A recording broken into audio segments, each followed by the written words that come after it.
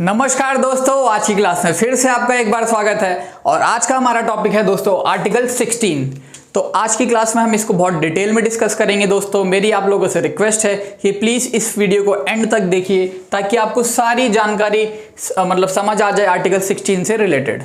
तो दोस्तों article 16 sub clause 1 जो है ये कहता है there shall be equality of opportunity in employment. इसका मतलब जो भी हमारी भारत सरकार हो चाहे राज्य सरकार हो, जितनी भी वो जॉब्स निकालते हैं वो सब के लिए एक तरह से इक्वल अपॉर्चुनिटी रहनी चाहिए कि वो उस जॉब को हासिल कर सकें दोस्तों। तो इसमें सब क्लॉज 1 में दोस्तों बस यही है कि इक्वल अपॉर्चुनिटी मिलनी चाहिए हर एक नागरिक को सरकारी नौकरी पाने के लिए। अब दोस्तों जो इसका सब क्लॉज 2 है इसमें कुछ ग्राउंड्स दे रखे हैं। हमने 15 में पढ़े थे टोटल 5 ग्राउंड्स। इसमें दोस्तों 7 ग्राउंड्स हैं कि इन बेसिस पे हमारी गवर्नमेंट हमें डिस्क्रिमिनेट नहीं कर सकती, हमारा जो स्टेट है हमें डिस्क्रिमिनेट नहीं कर सकता दोस्तों। तो ये 5 ग्राउंड तो दोस्तों सेम ही हैं, race, religion, caste, sex and place of birth. ये हमने आर्टिकल 15 में भी पढ़ा था कि जो आर से रेस, आर से religion, caste, sex, place of birth, ये इनकी फुल फॉर्म है दोस्तों जो मैंने अभी आपको बताई। इसमें 2 एक्स्ट्रा ग्राउंड है दोस्तों, that is descent and residence. इन बेसिस पे भी हमारी स्टेट हम लोगों को डिस्क्रिमिनेट नहीं कर सकती जॉब देने में, यानी एम्प्लॉयमेंट से रिलेटेड अगर कुछ भी हो तो इन बेसिस पे हमें डिस्क्रिमिनेट नहीं किया जा सकता दोस्तों। इसका मतलब क्या हुआ? डिसेंट का मतलब दोस्तों ये है एक तरह से कि आपका बैकग्राउंड, सपोज आप किसी और कंट्री से आते हैं, मान लो आप अमेरिका में पहले रहते थे बट आपने अब इंडिया में आकर इंडिया की सिटीजनशिप ले ली है, तो हमारी जो स्टेट है आपको डिस्क्रिमिनेट नहीं कर सकती कि आप इस डिसेंट के हैं, आप इस बैकग्राउंड के हैं कि आप पहले अमेरिका के थे अब भारत में आए हैं, अब आपको जॉब नहीं मिलेगी। तो ये डिस्क्रिमिनेशन नहीं किया जा सकता दोस्तों। और अगला है रेजिडेंस के बेसिस पे। एंड दोस्तों फिर यहाँ पर आपने देखा कि 16 सब क्लॉज 2 में लिखा है कि रेजिडेंस के बेसिस पे डिस्क्रिमिनेट नहीं कर सकते। बट दोस्तों आर्टिकल जो हमारा सब क्लॉज 3 है, 16 सब क्लॉज 3, ये कहता है पार्लियामेंट के पास पावर है कि वो रेजिडेंस के बेसिस पे एक्सेप्शंस डाल सकती है जब उनको लगेगा कि इस रेजिडेंस मतलब जो भी स्टेट है इस रेजिडेंस के लोगों को एक तरह से इक्वल अपॉर्चुनिटी नहीं मिल रही है तो एक्सेप्शंस डालेंगे ताकि उनका भी अपलिफ्टमेंट हो सके। फॉर एग्जांपल मान लीजिए अगर कोई स्टेट है और पार्लियामेंट को लगता है कि स्टेट का जो खाली इतना हिस्सा है, आप कह सकते हैं पूरा स्टेट को वो कवर नहीं करेंगे, खाली इतने हिस्से के लिए वो कहेंगे कि यहाँ पर जो जो लोग रहते हैं उनके लिए हम रिजर्वेशन रखेंगे, यानी कि आप समझ सकते हैं दोस्तों इस रेजिडेंस के लिए खाली इतने हिस्से के लिए वो लोग एक तरह से एक्सेप्शन डाल सकते हैं कि इन लोगों को भी इक्वल अपॉर्चुनिटी मिले। ये लोग काफ़ी पीछे रह गए हैं, पिछड़े वर्ग के हैं, इसलिए पार्लियामेंट इनको अपॉर्चुनिटी देती है ताकि ये भी अपना अपलिफ्टमेंट कर सकें दोस्तों। तो ये है सब क्लॉज 3। अब दोस्तों जो सबसे इंपॉर्टेंट मतलब इस आर्टिकल का सबसे इंपॉर्टेंट सब क्लॉज है दैट इज बैकवर्ड क्लासेस को भी रिजर्वेशन दे सकती है पार्लियामेंट, अमेंड करके मतलब कुछ प्रोविजन डाल सकती है हमारी जो स्टेट होती है। और ये सारे के सारे मैंने दोस्तों इधर लिखे हैं, इनके स्टेप बाय स्टेप क्या क्या हुआ बैकवर्ड क्लासेस से रिलेटेड। SEBC का मतलब है दोस्तों socially and educationally background classes, backward classes only. तो आइए हम इनको समझते हैं। और आर्टिकल 16 सब क्लॉज 4 में दोस्तों ये है कि जो ये लोग रिजर्वेशन देती है हमारी स्टेट इन बैकवर्ड क्लासेस को, वो तभी देती है जब स्टेट को लगता है कि इन बैकवर्ड क्लासेस के लोग एडिक्वेटली रिप्रेजेंटेड नहीं हैं, मतलब जो उनको लगता है कि इनकी रिप्रेजेंटेशन कम है बाकी क्लासेस के मुकाबले, तो वो इनको प्रमोशन करके इक्वल लेवल पे लेकर आ जाते हैं दोस्तों। अब दोस्तों अगर हम बात करें बैकवर्ड क्लासेस की, तो सबसे पहले हमारा जो कमीशन था बैकवर्ड क्लासेस कमीशन था वो दोस्तों काका कलेलकर कमीशन के नाम से जाना जाता है। प्रेसिडेंट साहब के पास पावर है under article 340 of the constitution, under article 340 of the constitution कि वो बैकवर्ड क्लासेस कमीशन बना सके। तो दोस्तों इसी पावर को यूज करते हुए प्रेसिडेंट साहब ने काका कलेलकर कमीशन को बनाया और उनसे बोला कि कृपया पता करिए कि जो हमें रिजर्वेशन देना है आर्टिकल 16 सब क्लॉज 4 में बैकवर्ड क्लासेस को, वो हम किस बेसिस पर दें। तो दोस्तों काका कलेलकर कमीशन था, इन्होंने बोला कास्ट के बेसिस पे हमें रिजर्वेशन देना चाहिए। बट दोस्तों उसके बाद ये एक तरह से इन्होंने ऐसे बोला, फिर थोड़े दिनों बाद इनको भी लगा कि कास्ट के बेसिस पे नहीं होना चाहिए। बट दोस्तों आफ्टर सम टाइम सबको लगने लगा कि कास्ट के बेसिस पे ही हमें बैकवर्ड क्लासेस को डिसाइड करना चाहिए और उनको रिजर्वेशन देना चाहिए। तो दोस्तों क्या हुआ, फिर मतलब इस कमीशन की एक तरह से आप कह सकते हैं टू द पॉइंट सारे के पॉइंट्स क्लियर नहीं थे, तो एक प्रेसिडेंट साहब ने दोबारा से हमारा सेकंड बैकवर्ड क्लास कमीशन को अपॉइंट किया। और दोस्तों ये था 1979 के बाद, यानी जब मोरारजी देसाई साहब की सरकार थी तो उन्होंने प्रेसिडेंट साहब की पावर को यूज़ करते हुए बीपी मंडल साहब कमीशन बनाया। यानी बीपी मंडल साहब एक थे हमारे उस टाइम पे मेंबर ऑफ पार्लियामेंट, और इन्हीं के मतलब इनकी लीडरशिप में, इनके चेयरमैनशिप में एक कमीशन बनाया गया जिसको कहते हैं मंडल कमीशन। दोस्तों मंडल कमीशन नाम से ये काफ़ी फेमस है। तो इन्होंने दोस्तों जब अपनी रिपोर्ट तैयार करी तो इन्होंने बोला कि हम लोगों को SC एंड ST के अलावा, पहले क्या होता था दोस्तों कि जब हमारा जो रिजर्वेशन था बैकवर्ड क्लासेस पे, वो सिर्फ और सिर्फ SC एंड ST को देते थे, यानी schedule caste and schedule tribes, और 22.5% लोग उस टाइम पे SC एंड ST थे दोस्तों। तो जो रिजर्वेशन था वो 22.5% था पहले, मतलब SC एंड ST के लिए रिजर्वेशन था 22.5। फिर दोस्तों जब बीपी मंडल साहब आए तो इन्होंने बोला कि SC ST को जो ये रिजर्वेशन मिलता है 22.5, इसके अलावा OBC को भी, यानी अदर बैकवर्ड क्लासेस को भी रिजर्वेशन मिलना चाहिए 27%। दोस्तों इन्होंने जो रिपोर्ट फाइंड करी थी अपनी, मतलब एक रिपोर्ट तैयार करी थी, उसकी फाइंडिंग में ये लिखा हुआ था कि हमारे देश में अदर बैकवर्ड क्लासेस अप्रॉक्सीमेटली 52% के करीब हैं। बट दोस्तों इन्होंने जो रिजर्वेशन दिया ये सिर्फ और सिर्फ 27% दिया।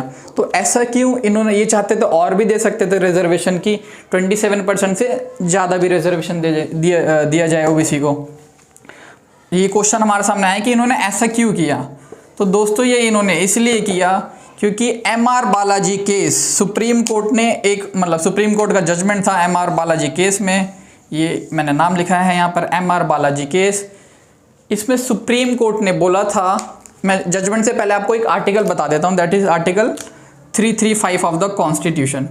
इस आर्टिकल में दोस्तों ये लिखा है कि हमारा मतलब जो रिजर्वेशन पॉलिसी है, हमें रिजर्वेशन देना चाहिए, बट जो हमारा एडमिनिस्ट्रेशन, मतलब एक हमारा जो देश चल रहा है, हमारा जो एडमिनिस्ट्रेशन चल रहा है उसको ध्यान में रखते हुए, यानी कि एफिशिएंसी ऑफ एडमिनिस्ट्रेशन को मेंटेन भी रखना है हमें दोस्तों। ऐसा नहीं होना चाहिए कि हम रिजर्वेशन देते जाएं और हमारी एफिशिएंसी कम होती जाए काम करने की, जो भी हमारा एडमिनिस्ट्रेशन है। तो आर्टिकल 335 में ये लिखा है कि एफिशिएंसी ऑफ एडमिनिस्ट्रेशन को मेंटेन भी करना है आपको, रिजर्वेशन पॉलिसी को जब देना है तो ये ध्यान में रखना है कि एफिशिएंसी ऑफ एडमिनिस्ट्रेशन मेंटेन रहना चाहिए। तो दोस्तों इसी आर्टिकल को, मतलब जो इसमें लिखा है एफिशिएंसी ऑफ एडमिनिस्ट्रेशन, ये किसी को एग्जैक्टली पता नहीं था इस शब्द का मतलब क्या है। तो सुप्रीम कोर्ट ने MR बालाजी केस में ये जजमेंट दी कि एफिशिएंसी ऑफ एडमिनिस्ट्रेशन का मतलब है कि आप रिजर्वेशन दीजिए बट 50% से ज़्यादा मत जाइए। तभी दोस्तों मंडल कमीशन ने 27% ही रखा। क्यों? क्योंकि ऑलरेडी 22.5% SC एंड ST के लिए था, तो अगर ये 27 से ज़्यादा देते तो वो 50% क्रॉस हो जाता, जो कि फिर सुप्रीम कोर्ट की जजमेंट का एक तरह से वायोलेशन हो जाता। तो इन्होंने ऐसा नहीं किया, इसलिए इन्होंने अपना रिजर्वेशन को 27% ही रखा। फिर दोस्तों जैसे ही बीपी मंडल सर की कमीशन और रिपोर्ट्स वगैरह होती हैं, फिर इनके बाद गवर्नमेंट बदलती है, मोरारजी देसाई साहब की जो गवर्नमेंट थी वो बदलती है, इंदिरा गांधी जी की सरकार आती है, राजीव गांधी जी की सरकार आती है, बट उन्होंने जो इनकी रिपोर्ट है इनको एक तरह से इम्प्लीमेंट नहीं किया था। फिर दोस्तों एंट्री होती है VP सिंह साहब की, यानी कि जो VP सिंह साहब की गवर्नमेंट थी उन्होंने इनको इम्प्लीमेंट कर दिया, इन प्रोविजंस को इम्प्लीमेंट कर दिया। जो 27% ऑफ रिजर्वेशन देना था, इन्होंने बोला ठीक है हम 27% रिजर्वेशन देते हैं OBC को, यानी कि अदर बैकवर्ड क्लासेस को। बट दोस्तों जैसे ही इसका इम्प्लीमेंटेशन हुआ, हमारे देश में आप कह सकते हैं एक तरह से लोग डर गए कि भैया हमारी सीट्स छीन ली गई हैं, हम सबसे, मतलब एक तरह से हमारा लॉस हो गया है कि इनको प्रमोशन दे दी, मतलब इनके लिए सीट रिजर्व कर दी और हमारा नुकसान हो गया। तो दोस्तों क्या होता है कि ये जो इम्प्लीमेंटेशन है, ये इम्प्लीमेंटेशन एंड जो मंडल कमीशन की रिपोर्ट्स हैं, इसको चैलेंज कर दिया जाता है सुप्रीम कोर्ट में कि ये हमारा एक तरह से वायोलेशन है हमारे कॉन्स्टिट्यूशन के प्रोविजंस का, कि ये जो रिजर्वेशन दिया जा रहा है और बाकी लोगों के साथ डिस्क्रिमिनेशन हो रहा है। तो दोस्तों फिर क्या होता है कि इस केस को मतलब PIL कहते हैं दोस्तों, मतलब पब्लिक इंटरेस्ट लिटिगेशन। एक पब्लिक इंटरेस्ट का मतलब क्या हुआ कि लार्जर पब्लिक के इंटरेस्ट पे एक PIL एक पिटीशन फाइल की गई सुप्रीम कोर्ट में, और इस केस को बोलते हैं दोस्तों इंदिरा सोहनी जजमेंट, यानी इंदिरा सोहनी केस, मंडल केस के नाम से भी ये फेमस है दोस्तों। तो इंदिरा सोहनी केस यानी मंडल केस में सुप्रीम कोर्ट ने बोला दोस्तों कि जो आपका ये रिजर्वेशन है 27% का, लोगों ने चैलेंज किया कि ये रिजर्वेशन गलत है, बट सुप्रीम कोर्ट ने बोला कि ये रिजर्वेशन सही है। तो सुप्रीम कोर्ट ने दोस्तों बोल दिया, सुप्रीम कोर्ट का ग्रीन सिग्नल मिल गया इस इम्प्लीमेंटेशन को। तो क्या हुआ कि जो 27 का एक तरह इन्होंने इम्प्लीमेंट किया था ये कंटिन्यू रहा और आज भी हमारे देश में वही चल रहा है। और उसके बाद दोस्तों सुप्रीम कोर्ट का जो उसमें दूसरा पॉइंट था, उन्होंने बोला कि जो रिजर्वेशन है सिर्फ और सिर्फ अपॉइंटमेंट के टाइम पे आप दे सकते हैं। एम्प्लॉयमेंट में मतलब अगर आपको जॉब प्रोवाइड करनी है, आप जैसे कोई भी एग्ज़ाम होता है तो उसमें अलग अलग कोटे होते हैं, SC Kota, ST Kota, OBC Kota, तो आप जॉब के टाइम पे दीजिए। बट एक बार अगर उसको जॉब मिल गई तो कृपया करके प्रमोशन के टाइम पे रिजर्वेशन मत रखिए। सुप्रीम कोर्ट ने बोला कि रिजर्वेशन के टाइम पे मतलब प्रमोशन के टाइम पे रिजर्वेशन ना हो, तो रिजर्वेशन मना कर दिया था इन्होंने प्रमोशन के टाइम पे, प्रमोशन के टाइम पे दोस्तों मना कर दिया इन्होंने। तो फिर क्या हुआ, और इनका जो तीसरा पॉइंट था दोस्तों इस जजमेंट का, इन्होंने बोला 50% कैप रहनी चाहिए, जो उन्होंने पहले भी बताया था कि 50% कैप रहनी चाहिए। 50% से ज़्यादा सीट्स आप रिजर्व नहीं कर सकते टोटल मिला के। 50% आप जनरल कैटेगरी के लिए आपको रखनी पड़ेगी। तो दोस्तों फिर क्या हुआ कि इन्होंने 3 पॉइंट निकाले। पहला कि 27% जो रिजर्वेशन था उसको ग्रीन सिग्नल दे दिया सुप्रीम कोर्ट ने। दूसरा इन्होंने बोला सिर्फ और सिर्फ अपॉइंटमेंट के टाइम पे आप रिजर्वेशन दे सकते हैं, एक बार जॉब मिल गई तो प्रमोशन में रिजर्वेशन नहीं दे सकते। तीसरा पॉइंट दोस्तों इन्होंने बोला था कि 50% की कैप लगा दी, यानी टोटल रिजर्वेशन 50% से ज़्यादा एक्सीड नहीं करना चाहिए। एंड ये प्रमोशन वाली बात मैंने आपको बताई दी। और उसके बाद दोस्तों जब ये VP सिंह साहब की गवर्नमेंट के बाद PV नरसिम्हा राव जी की सरकार आती है तो 27 वाले को तो इम्प्लीमेंट करते ही हैं, बट ये एक एक्स्ट्रा प्रोविजन डाल देते हैं। एक्स्ट्रा प्रोविजन क्या डालते हैं कि ये 10%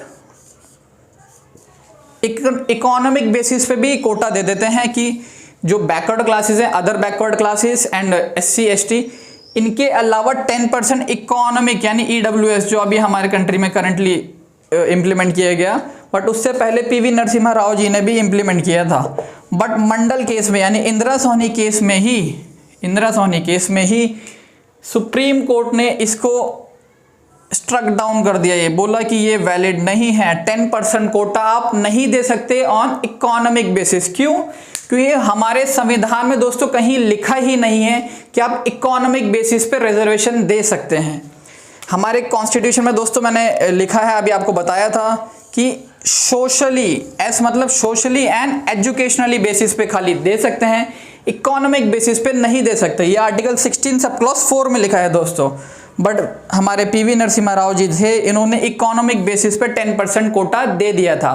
तो सुप्रीम कोर्ट ने बोला कि आप संविधान के खिलाफ जा रहे हैं, संविधान में ऐसा कहीं भी नहीं लिखा कि आप 10% रिजर्वेशन रख सकते हैं ऑन इकोनॉमिक बेसिस, यानी कि आर्थिक स्थिति देख के आप उनकी रिजर्वेशन नहीं दे सकते। बट दोस्तों हमारे जो अभी करंट प्राइम मिनिस्टर हैं, मोदी जी की गवर्नमेंट आई, उन्होंने 10% EWS दे दिया। ये कैसे दे दिया दोस्तों इन्होंने, ये मैं आपको बताता हूँ। अभी वैसे ये इसके लिए भी सुप्रीम कोर्ट में पिटीशन फाइल कर रखी है इस प्रोविज़न को लेकर भी। अब देखते हैं सुप्रीम कोर्ट क्या डिसीजन लेता है। बट दोस्तों ये लीगल है। लीगल कैसे है मैं आपको बताता हूँ। पहले क्या था इनका, सुप्रीम कोर्ट ने क्लॉज क्यों कैंसिल किया 10% वाला, क्यों? क्योंकि कॉन्स्टिट्यूशन में कहीं भी लिखा नहीं था कि आप इकोनॉमिक बेसिस पे दे सकते हैं। बट जो हमारे नरेंद्र मोदी जी हैं, इन्होंने संविधान को ही अमेंड कर दिया और उसमें एक क्लॉज डाल दिया 16 सब क्लॉज 6। 16 सब क्लॉज 6 में दोस्तों इन्होंने लिख दिया कि for the advancement of economic weaker sections हम लोग 10% कोटा दे सकते हैं। यानी कि अब दोस्तों ये लीगल हो गया। पहले सुप्रीम कोर्ट ने बोला कि संविधान में कहीं लिखा नहीं था इसलिए आप रिजर्वेशन नहीं दे सकते, बट हमारे जो करंट प्राइम मिनिस्टर हैं इन्होंने अमेंड कर दिया हमारे संविधान को और ये क्लॉज डाल दिया 16 सब क्लॉज 6। इसमें इन्होंने बोला कि 10% रिजर्वेशन हम दे सकते हैं on the basis of economic conditions, यानी कि इकोनॉमिकली वीकर सेक्शंस। तो दोस्तों अब तो इन्होंने ये प्रोविजन संविधान में डाल दिया, तो ये एक तरह से लीगल हो गया और हमारी जो गवर्नमेंट है, state government and central government, अब ये रिजर्वेशन दे रहे हैं। करंटली अभी ये लागू भी हो रहा है हमारे देश में। और दोस्तों मैंने आपको आर्टिकल 15 के टाइम पे 15 सब क्लॉज 6 इसलिए नहीं पढ़ाया था क्योंकि मैं आपको ये 16 सब क्लॉज 6 के साथ बताना चाहता था। और दोस्तों क्योंकि वहाँ पर भी अमेंड किया था, जैसे 16 सब क्लॉज 6 है वैसे ही 15 सब क्लॉज 6 भी था। इसमें इन्होंने बोल दिया कि 10% रिजर्वेशन इकोनॉमिक कंडीशन पे दे सकते हैं कॉलेज एंड इंस्टीट्यूशंस में। इसमें है जॉब के लिए दोस्तों, आर्टिकल 16 हमारा जॉब रिलेटेड है और ये एक तरह से कॉलेज एंड स्कूल्स में एडमिशन रिलेटेड है 15 वाला। तो 15 को भी अमेंड किया एंड 16 को भी अमेंड किया और दोनों जगह इन्होंने डाल दिया कि हमारी जो सरकार है ये 10% रिजर्वेशन दे सकती है ऑन इकोनॉमिक बेसिस। और दोस्तों इस जो ये अमेंडमेंट आया है इसको कहते हैं 103rd अमेंडमेंट एक्ट, 103rd यानी 103rd amendment, constitutional amendment act 2000 I think 19 में लाए थे, जनवरी 2019 में शायद ये लेकर आए थे। एंड दोस्तों इलेक्शन से शायद पहले ही लेकर आए थे, इलेक्शन मई में होना था एंड जनवरी में ये लोग लेकर आए थे इस प्रोविज़न को। 10% एक्स्ट्रा इन्होंने एक तरह से आप कह सकते हैं EWS कोटा लगा दिया। बट दोस्तों सुप्रीम कोर्ट में ये फाइल कर रखा है पिटीशन और उसमें क्वेश्चन पूछा गया है कि सुप्रीम कोर्ट ने तो 50% की कैप लगाई हुई है, तो ये जो आप रिजर्वेशन दे रहे हैं 10% ये कहाँ से दे रहे हैं? अगर आप इसको एक्सीड कर रहे हैं 50% को 60 कर रहे हैं तो एक तरह से वायोलेशन होगा सुप्रीम कोर्ट की जजमेंट का। और अगर आप 50 के अंदर ही दे रहे हैं तो आप किसकी सीट ले रहे हैं? SC ST एंड OBC, उनका 22.5 रिजर्व है, इनका 27% रिजर्व है। तो इस सुप्रीम कोर्ट के सामने दोस्तों क्वेश्चन है, आप देखते हैं सुप्रीम कोर्ट इसमें क्या डिसीजन देता है। वैसे दोस्तों सुप्रीम कोर्ट ने 50% की कैप तो लगाई है बट उन्होंने ये भी बोला था कि कहीं एक्सेप्शंस डाल सकते हैं, बट वो एक्सेप्शंस अभी कहीं भी डिफाइंड नहीं है। किसी किसी स्टेट में 50% को भी एक्सीड करके रिजर्वेशन दिया जा रहा है दोस्तों, बट अभी वो वर्ड डिफाइन नहीं है कि वो एक्सेप्शंस क्या हैं। तो देखते हैं हमारा उच्च न्यायालय इसमें क्या अपना क्या जजमेंट देता है। एंड दोस्तों ये था हमारा आर्टिकल 16 सब क्लॉज 4। अब दोस्तों मैंने आपको एक चीज़ बताई अभी कि सुप्रीम कोर्ट ने क्या बोला कि अपॉइंटमेंट में आप रिजर्वेशन दे सकते हैं बट प्रमोशन के टाइम पे नहीं दे सकते। तो हमारी यूनियन पार्लियामेंट थी उस टाइम पे, उनको लगा कि ये जजमेंट गलत है तो उन्होंने संविधान को अमेंड कर दिया दोस्तों, और अमेंड करके उन्होंने बोला कि प्रमोशन में भी अब हम लोग रिजर्वेशन दे सकते हैं। और इस अमेंडमेंट का नाम है 77th constitutional amendment act. 77th constitutional amendment act में इन्होंने बोला कि अब हम लोग अपॉइंटमेंट के साथ साथ उसमें प्रमोशन में भी रिजर्वेशन दे सकते हैं। ये था आर्टिकल 16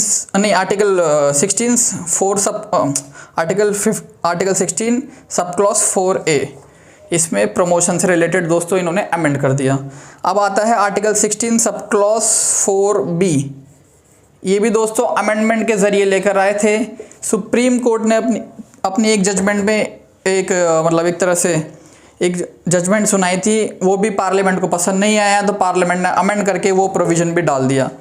क्या होता था दोस्तों, सपोज हमारी जो गवर्नमेंट है ये रिजर्वेशन करती है सीट्स का, मान लो 50 सीट्स इन्होंने बचा के रखी कि ये SC ST को दी जाएगी, बट उस साल उतने एडमिशन नहीं होती, उतनी जॉब नहीं दी जा सकती, तो जो सीट्स होती हैं वो बच जाती हैं। तो ये क्या करते थे, इन सीट्स को कैरी फॉरवर्ड कर देते थे नेक्स्ट ईयर के लिए। ये जो सीट इस साल बच गई हैं इनको हम नेक्स्ट ईयर वाले एक्स्ट्रा बढ़ा कर रख देंगे, जो अगले साल की 50 है प्लस इस साल की जो 10 बच गई तो अगले साल 60 सीट हम रिजर्व कर लेंगे।